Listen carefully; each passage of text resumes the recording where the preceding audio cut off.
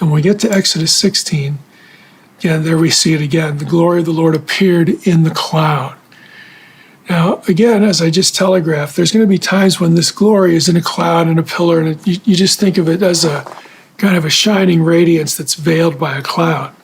But in other cases, as we're going to see, that description gets sort of mixed with descriptions of God, and also will be portrayed as a man. Okay, so that's where we're going here. That's where we're angling. We're just getting started. The glory of Yahweh, again, is cast as the literal presence. The glory is Yahweh. That's how to think about it. The glory is not just a covering or a camouflage. The glory is Yahweh. We looked at Exodus 16 already, but I'll just go back there. There's the glory of the Lord appearing in a cloud. And let's take a look at some other verses where we have this kind of language. Exodus 24, 9 through 12. This is a familiar passage if you went through the Unseen Realm course.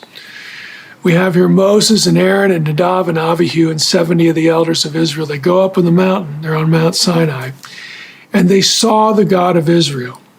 It says it point blank. There was under his feet, so there's an anthropomorphic term there. Anthropomorphisms, again, are human characteristics applied to something that's not human. So here God has feet, as it were, a pavement of sapphire stone. So they see his feet, they see this pavement. It's of sapphire stone, which will become important in a moment, like the very heaven for clearness. We go down here, though, in verses 15 through 18.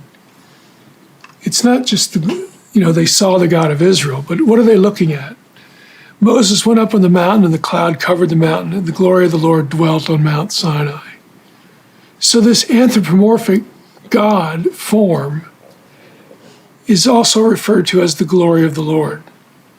And again, the appearance of the glory of the Lord was like a devouring fire. Moses enters the cloud to speak to God, so on and so forth. But what I want you to notice here is that the glory in the pillar, the glory in the cloud or in the fire, also gets human attributes, described again as a man. This is going to take us to Ezekiel 1, Ezekiel's famous vision, where he has the vision of the four cherubim, and above the cherubim there's this round, flat throne dais, where there's a throne there, and seated upon the throne there's a human-like appearance. You get to verse 26. Above the expanse over their heads, over the cherubim heads, there was the likeness of a throne, in appearance like sapphire. It's the same word we saw in Exodus 24. Seated upon the likeness of a throne was a likeness with a human appearance. Again, it's very plain. It's very, very clear. The brightness, again, the appearance of the brightness all around. And it was just like the bow that is in the cloud of the rain. So it's something very bright, but yet Ezekiel distinguishes human characteristics to it, to whatever this glory, again, whatever the glory is.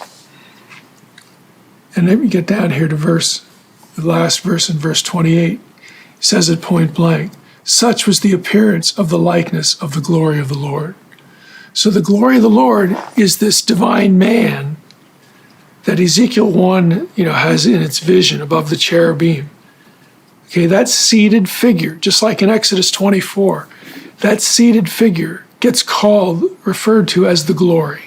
Okay, the glory of the Lord.